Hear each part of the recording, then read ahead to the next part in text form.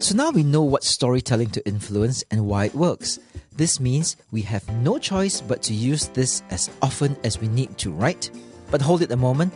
When do we tell a story? Is there a right or wrong time? Even though we know it's perfect to tell many short 30 to 90 second stories, is there a right or wrong time? Here's the perfect answer to when to tell your story. It depends. But here's 2 quick and dirty rules of thumb to help you decide when to unleash your 30 to 90 second stories. Rule 1. Tell your short story before you begin your influence pitch or present your point of view. This is like warming up the listener's brain. And remember from the last chapter that the brain produces oxytocin, otherwise known as the trust chemical. And this is a great way to get your listener to trust you and empathize with you. So do it. Rule 2. Tell your short story anytime you want to reinforce a very logical point you just made that definitely leads to a critical comment from the listener.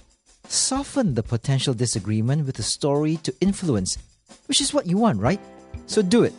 That's it. That's when to unleash your story to influence. And as you realize, in any influence situation, there are multiple times when you need to present your point of view or prevent potential disagreement with the listener.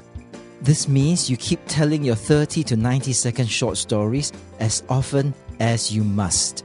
See you in the next chapter.